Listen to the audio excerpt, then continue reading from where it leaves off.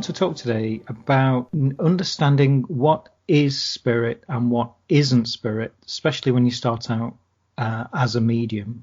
And I think let's start right at the beginning. I know, Ian, you had experiences as a child. Yeah. Then later in life, you decided to obviously do training. Did you went to Arthur Findlay? Did you? Was it Arthur? No, I've visited there, but my sort of tutoring was in my local religious church, and I'm ever thankful for the teachers that give me a negative as well as a positive outcome, because it comes from there. Tutors are people. I'm not having a go at them, but it sort of gives me more of a sort of a balanced thing, and particularly meeting you in the paranormal side. You open my eyes to a lot of things, and particularly an introduction to science. So there's many people in my life who've added to my spiritual development, but it all started when I walked through the doors of my local spiritualist church, and I've just really not looked back. As if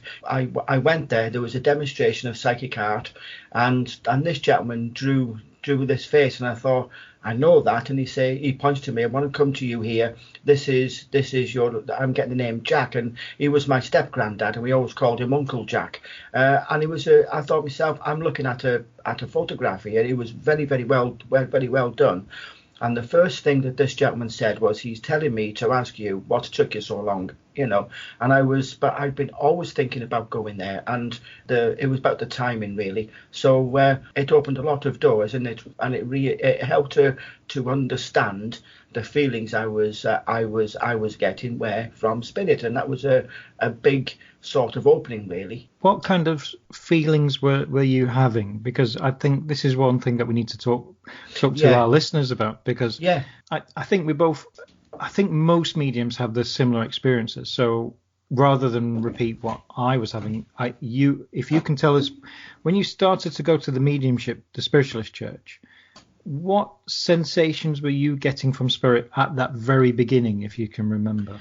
It was like walking into a room and the lights being turned up, and you're thinking, oh my goodness. But I was seeing people, and I thought, this is very full place, and I didn't realise, fully that I was seeing, but it stood behind the medium who was talking. The feelings, to put it in a roundabout way, it says, I always reference it to, you can read a book, it's just plain text, there's no pictures, and it seems flat. Maybe the author is too documentary style, or too sort of laboured and difficult language, and you put the book down. And when I went into the spiritualist church, it was like having the same book. There was pictures, there was pop-up, there was music, there was multimedia, and that is what mediumship is. It's multifacets. You hear, you feel, you see. So I think that's a good term. I'll use that. But it's sort of, everything was just living. It was alive. The feelings were, I could have gone home without touching the floor, and I was on a high. But it was the realization that, prior to it, particularly as a child, I tended to hide away from it. I was scared. I didn't know what it was. Coming to the church, and I still, in my teachings of many people, I always try to push forward. It's about the feelings, and I don't mean just the feelings in an emotional sense, but it's just, everything just seems lighter, it seems brighter, it seems more colourful, but you are seeing with your mediumistic abilities which overlap the physical senses. So you might, for instance, see a spirit person walking around the room as if that person was there, seen through the physical eye. So it sort of overlaps and enhances our everyday normal senses. And I never take that feeling for granted. When I'm talking to somebody, or I'm doing a reading for a person, the feelings come, and that is how I know spirits are very much there. Everything is enhanced, all the physical senses. You're thinking, wow. When you start, kind of, I suppose it's admitting to yourself that you are now a medium, that your awareness increases. So when your awareness increases, you do start being aware of you do start seeing figures. And that's something that happened with me, where I start seeing figures where I used to walk around, and I remember very, very clearly when I was very young that I must have been about 16 or 17. I'd already been to spiritualist churches, and I'd got to that age where as a teenager, I was kind of not believing. So I was kind of, it's old people. I don't need to hang around old people, sort of thing. And I remember dropping off my girlfriend. I used to drop her off not outside the house, because Dad was a bit of a tyrant. So I used to drop her off at the crossroads and watch her walk home. And as I turned around, there was this old man walking towards me. And as I tried to get out of his way, he kind of stood in my way. And I thought, what's he doing, this guy? And I thought, I'm going to bump into him. And then he walked through me. I turned around, he was still walking on. And I thought, was that a ghost? Was that? And then I saw him again. And this time he was stood there and he was talking. It was like saying, hello, Martin. And to me, it was like, why is that ghost talking to me? Because I didn't have the knowledge. I didn't know it. But that's what happened with me at the beginning. There was, as you said, there was figures. There was sometimes you might see a figure, or some sort of movement, and then also you might hear voices as well. You might hear somebody say something, or a weird statement, and it's very, very. It's not like it's in your mind. It's very, very clear, and it could almost be somebody whispering in your ear, couldn't it? It could be, yes. And I think certainly our perspective to get people to be more open towards spirit is we have it's very linked with meditation. When you meditate, and I teach meditation for mindfulness as well, and the people who come along to these courses or these days, when I teach them, they're not there to open up spiritually. Now, admittedly, some of them I do feel could be psychic or mediumistic. But when they're there, it's interesting what effects they have, because they're certainly not expecting any spiritual aspects to come through. But when you start first meditating, these are some of the things you need to watch out for. And certainly I don't feel that they're driven by spirit. And I think you'll agree as well, Ian. Yeah, definitely. Is when you first thing you do is when you relax into meditation, and certainly on our course, is the awareness of your body switches on. So you are aware of everything, and you should be aware of your breath. You should be able to feel that your tummy is moving in and out with your breath. You might be able to feel hairs in your nose. You might be able to feel cold. You'll be more sensitive. You'll be able to tell where the cold window is, and you're aware of that. And usually what people report is pins and needles on top of their head, or it almost feels like their hair is being moved or standing on end, or that kind of effect. And again, and you probably know the science behind this, but it is your body kind of being aware and probably becoming very hypersensitive around your head. So would you say that's right? Yeah, it is. I mean, bearing in mind you are sat still. If there's a bit of a draft, then the hairs on the back of your neck, the top of your head, even on the arms will, the follicles will start rising in order to trap air, to make you warmer. It doesn't so much. I don't feel it would happen so much if the place was warm. You would tend to just relax. So that is one answer. It's heightened, would you call it, a heightened awareness, where the brain is thinking, am I in danger? Am I in danger? You're hearing more, and you're thinking, damn, my house is noisy. You hear the creaks, the groans, the cat going up and down, but whatever, because your brain is naturally thinking, am I in danger? What is happening? So that is part of it. Certainly when I'm teaching mindfulness, and I'll say to people, go to the middle of your town centre or whatever, and just sit quietly and try meditating.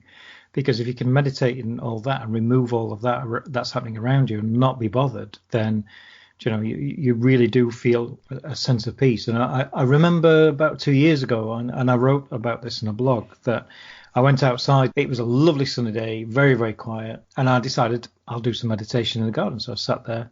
As soon as I sat there was a bin truck started coming around. I could hear the bin truck, and I could hear it. Then I heard this car come down the road, boom, boom, boom, boom, music banging around. He stopped, slammed on the brakes. What the F are you doing? Move your truck. And I was thinking, forget that. Keep meditating.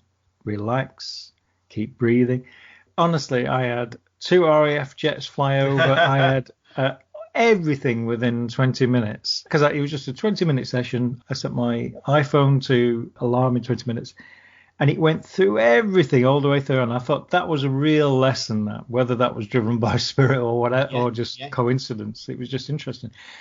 And that's what I would say is when you start meditating, there are going to be effects that happen that you're not aware of because you've never experienced them before. And certainly, and in fact, we've talked about this before in that when you start doing something that you've never experienced before, you do have very strange effects. And certainly there's almost a demographic really of people who become mediums. And usually it's people who suddenly get that quiet time in their lives or they're able to dedicate some quiet time. And then suddenly they're aware of messages coming from spirit. And messages can come in all sorts of ways and means, and it's interesting. On the forum, people talked about some people get songs coming through, that people hear a song title or something like that, and I think that's a really nice way of spirit communicating, because spirit uses our mind to communicate with us. So the best way to do that is to connect you to something that you readily recognize. I think that's why certain people have songs. Would you agree with me? Definitely. Spirit will utilize what you know. For instance, I'm a trained analyst, so my guide, spirit, when I'm talking there, are more apt to give birth dates, names, dates, and all of that could be put over as being data, rather than just the I love yous, which are very important when you're conveying a message. But it's the facts and figures, because I'm a trained analyst. I'm used to looking out for them. They will utilize the functioning of your mind in order to better utilize a convey message. That is why you have people who were very sympathetic. No, sympathetic's the wrong word. Empathetic. That's the one. Yes, thank you. I'm just checking you're listening. And then you're looking at people who've been through the mill and have that empathy, the compassion, will normally come over with more of a clairsentience, which is the feeling, and they will convey, oh, this person loves you so much, and that is why I do feel that when you're going to see a medium, then trust that you're guided to the right one, depending on what you want, because I do feel facts and figures, whilst it's almost standing back, still get the feelings, emotions, but I'm a very, very descriptive person. I will see spirit very, very clearly, and again, that is the faculty of me. I've always learned through seeing. If I see somebody do it, I'm more able to do it, rather than having, oh, can you do this? I don't take it on board. If you show me, then I get on with it. Why I use YouTube and all that to how to change a tap. I see it happening, I'm more able to do it. So my functionality is visual with data. So I see and I get a lot of information, a hell of a lot. There's another point here as well, is one of our students gave a message to somebody, and she described a umbrella and as being an important part, and described it. The woman could definitely knew what it was related to. It was correct. It was right. The message was right. But when the pupil actually saw what the umbrella looked like, it wasn't like what she envisaged or what was being told by the spirit. Now, from my perspective, the reason why she could not see that umbrella exactly was because she wasn't delivering a psychic message. She was delivering a message from spirit, and the best way that spirit could show her was by showing her something that she would recognize, because the importance here was the umbrella, not the description that maybe it was pink with yellow flowers or anything like that. What was important was that the spirit in question wanted to convey an umbrella with this particular curve, a particular curve on the handle. Yeah. That was the important section. Exactly. So therefore, there was absolutely no need to really go to town on the description of an umbrella. No, that's it. Yeah, there wouldn't be need, would they? And if anything, what that proves to me is the pupil in question wasn't giving a psychic reading, and psychic is not frowned upon or anything. It just means that she wasn't giving a psychic reading. She wasn't reading the querent's mind. she was actually giving a direct message from spirit. And how spirit works with your mind is that it actually works with your experiences, what you will recognize to deliver the message. Definitely. So don't be upset if things are slightly different. And I always remember you telling me that if there was a woman of a certain age when spirit was giving you a reading, you'd often see Nora Batty's, who's a character in a television show, with her stockings. She's a very old character with the stockings, and you'd see the stockings. Yeah, it was. It was if people had bad legs and they weren't able to get, either not able to walk or there was problems. I'd just be shown Nora Batty tight, which I learned was a shortcut for saying a person had bad legs. Absolutely, and that's how spirit was working with you. It needs to get the message across, and how it does that is it selects various aspects of your own experiences. And as Ian was saying, he's analytical, so they say, right, okay, they know that they can work with him by showing him the same imagery over and over again to mean a particular thing. So the communication's built up, the trust between spirit and Ian has built up in such a way that they can show him the same imagery and know what response they'll get back from him so it's like teaching an old dog tricks and saying that's all right. So the pupil was absolutely bang on, and I know the people afterwards said, well, why didn't I get it right?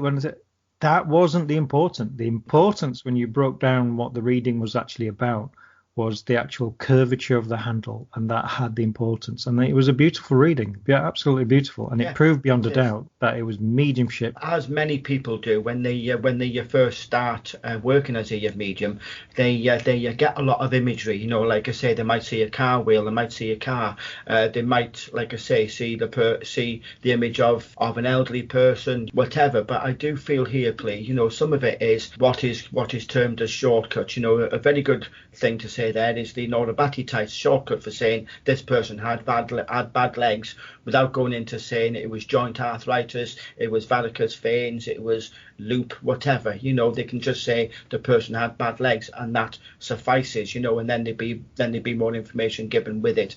But shortcut, another one. Whenever I heard a certain name, which used to be the woman who was my mum's neighbour when I was growing up, if ever I heard that name being mentioned, the person who I was talking to, the spirit person who was talking to me to talk to them, would have been their next door neighbour, and that's another link, you know, and it's called shortcuts. And also as well is I know if I see a red post box with a letter being put in, I know that person's going to get some news, and often I'll know that there'll be a sensation or feeling that comes with that news when that person is posting that letter, and I'll know if it's going to be something that's going to be potentially upsetting or potentially good news. So I know when I see a red post box, there's news coming, and that's coming through. One thing that we need to talk about as well that's very important: what is spirit and what is us?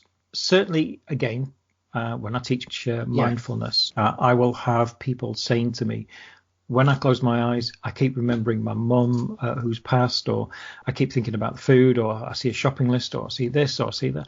One thing you do is whenever you quieten your mind, whether you're walking into a haunted house, or whether you are sitting down with a friend and you relax and you stop thinking, or whether you're meditating and you stop thinking, your mind has to keep ticking over. And the way it does this is by firing hundreds of memories at you. It does, yeah. I know one of our pupils raised a very valid question about that. While she was meditating, she kept hearing her cousin's name.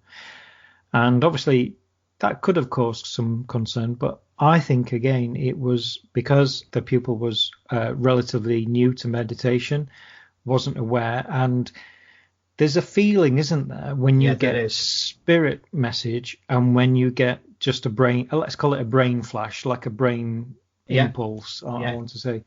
But there's a very different feeling, isn't there? I mean, how does it feel for you when you... Well, get the mediumship side. Yeah, it is very, very different. It's even more, there's a lot more difference between your guide and a loved one of the person you're talking to in spirit. Now, your guide is somebody who is very, very conversant with the way that things work. They would know how you work, how your brain works, how your mind works, rather, and they are able to facilitate that comms between your a person's loved one, a friend, and the person you are talking to. So your guide energy is absolutely strong, so thoughts likely to come in and sound loud.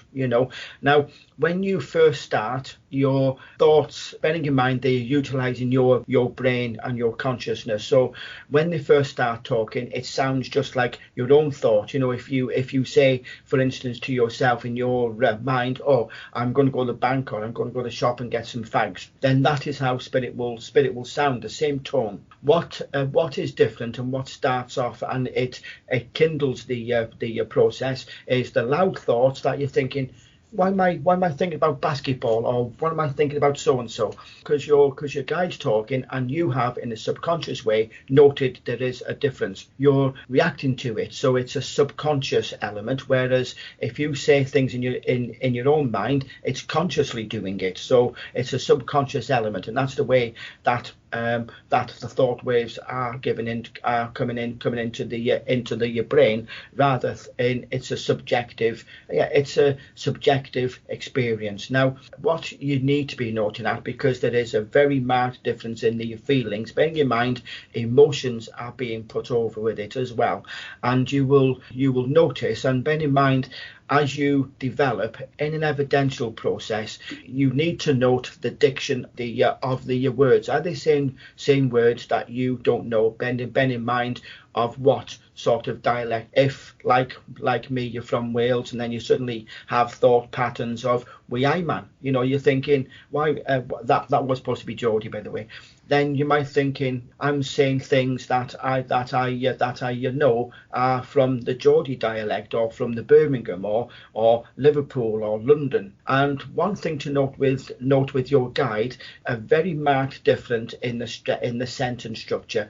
My guide William, who is very much scientifically based, will use these extraordinarily large words, where in the past I've had to go and check up what the hell they mean. I can say that is not my thoughts, because I don't understand the word. Also, I'd just like to interject as well. Of course. Also, when we published Ian's first book, Ian's actually written a fantastic book. It's definitely well worth checking out. It's called Teachings from William. I had to proofread that book, which was incredibly hard. It was probably the hardest book I had to proofread, because I could tell when Ian was writing, because it sounded very much like him. And then suddenly it was almost as if somebody had pushed him off the keyboard and started writing from a very scientific perspective, and also in a grammatic style that was very, very Victorian.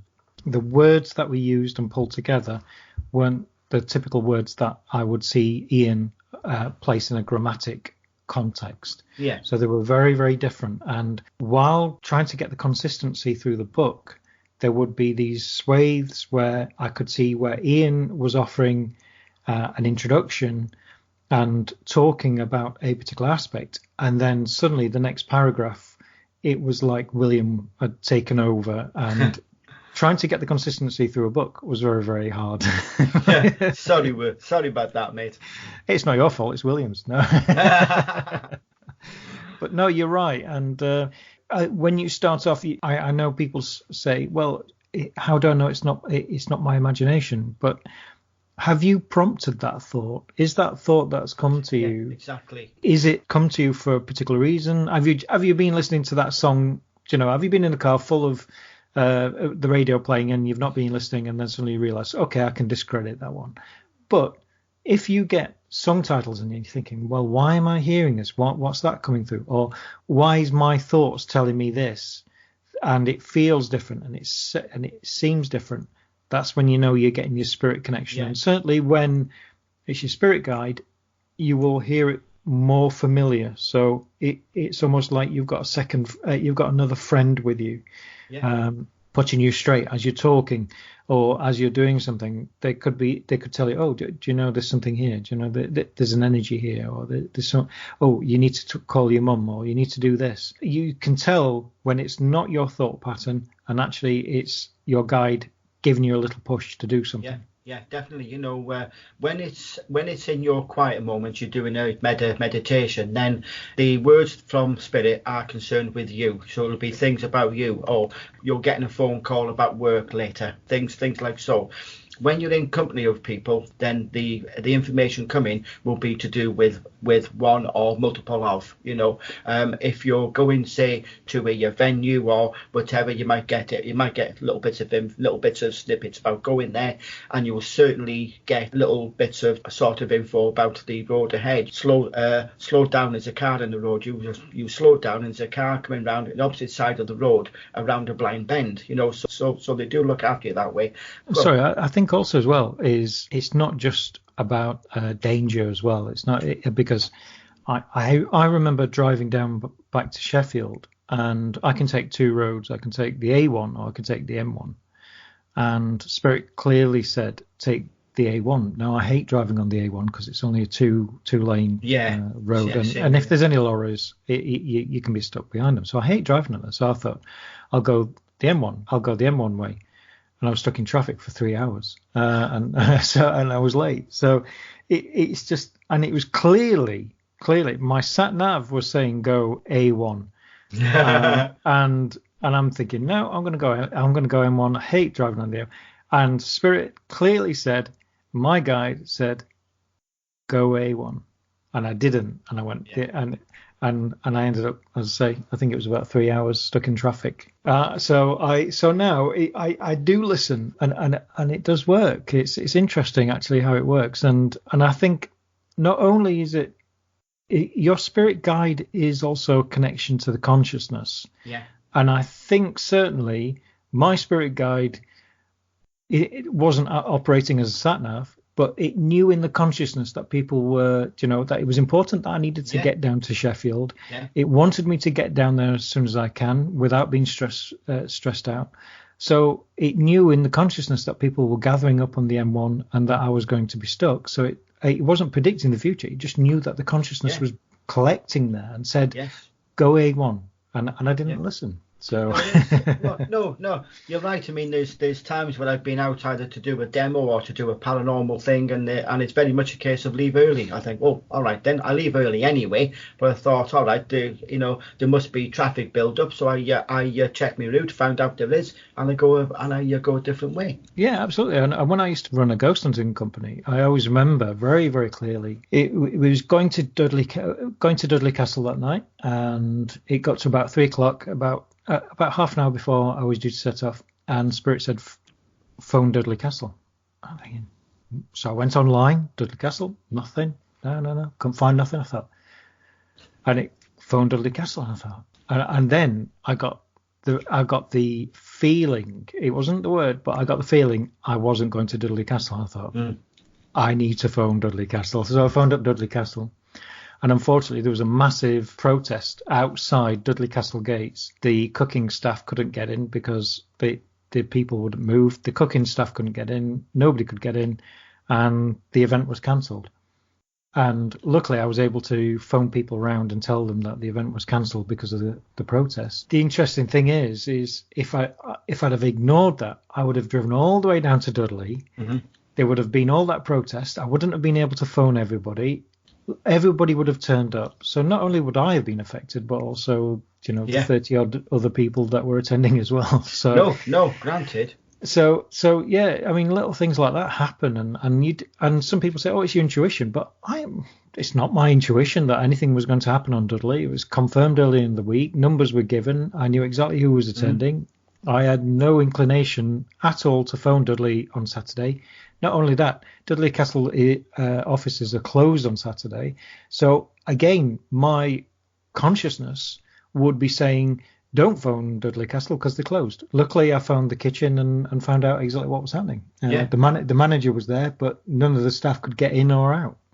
because of this massive protest. Yeah, no, it's. I think on when people want to know is it me or is it them, it's those instances that prove it has to be them, because otherwise there'd be no prior knowledge. You wouldn't know. Oh, by the way, unless you're one of those people who check the map, who check the traffic, 3 hours before they're going to travel, just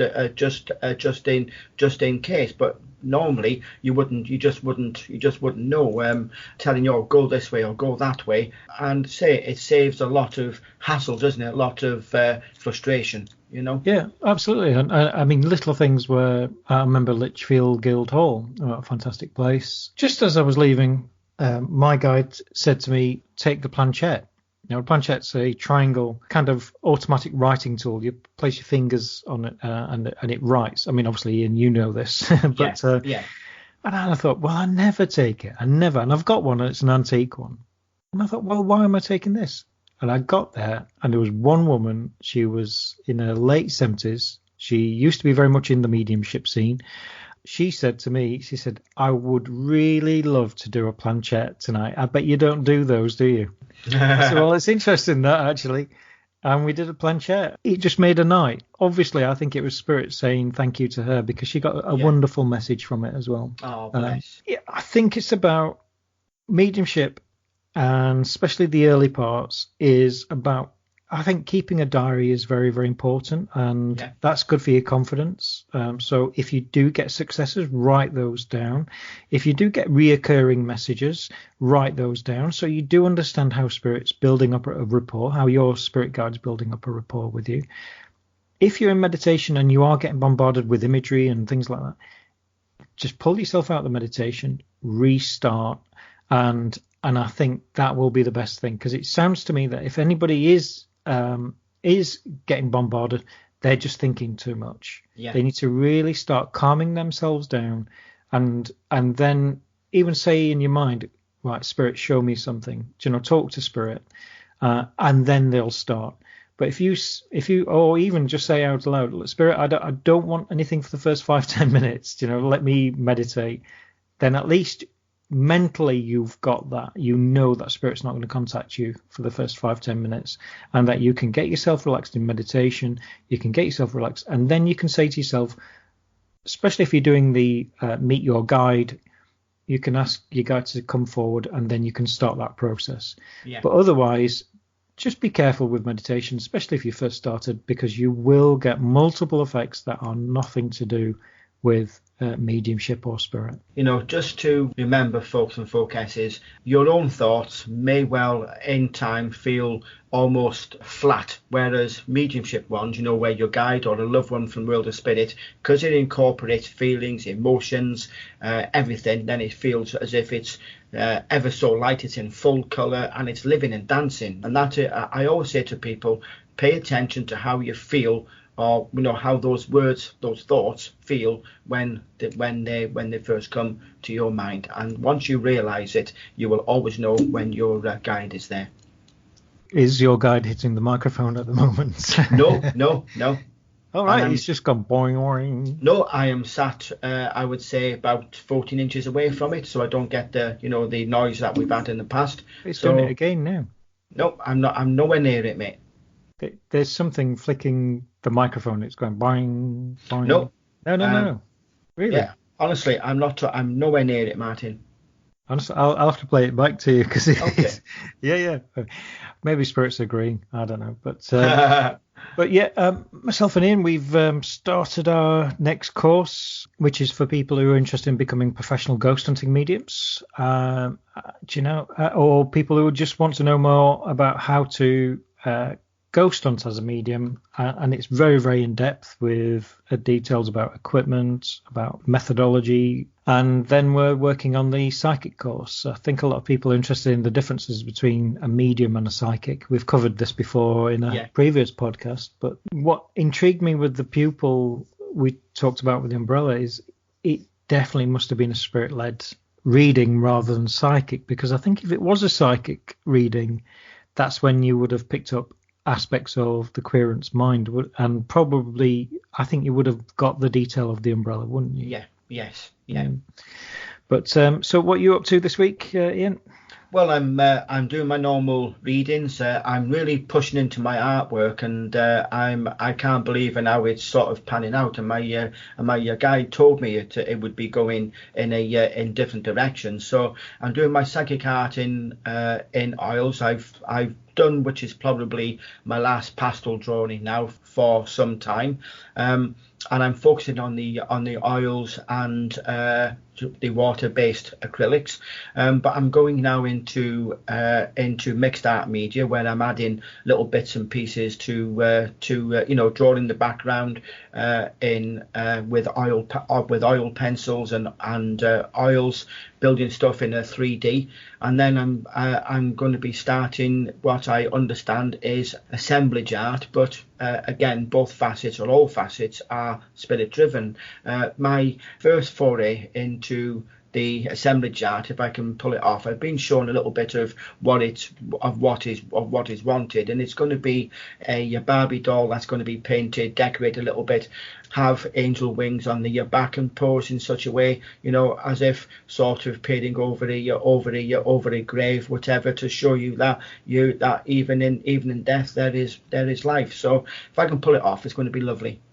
It's interesting because assemblage art, it's very, very prevalent in a lot of traditional and African folk magic, where certainly in Christianity and other religions, although God said that you're not meant to worship icons, certainly in Catholicism, obviously you have these massive statues that you can't touch them. You're not allowed to repaint or anything. An icon. You couldn't get a Virgin Mary and repaint it pink or anything, because that would be classed as that you're damaging the artifact. However, if you look in a lot of the folk magic traditions or the traditions of Africa, they will create deities and then you will personalize them. They are a representation of spirit. You have things like fetishes, where you will have something that will protect your house and you will decorate it in a particular way. You might put, a miniature baseball cap, give him a cigar, or, you'll personalize it to connect it to you. So it sounds very similar in that respect, is that spirits, kind of driving you to create this art that will connect with somebody. Yeah, I feel so. Yeah, it's very, very similar. But it's nice seeing all the pupils. It's also all the lovely feedback that everybody keeps giving to us about podcasts, about this podcast.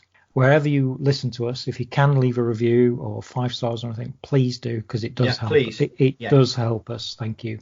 That's all we ask of you. And thank you, Ian. And this has been Mediums in Action. Bye.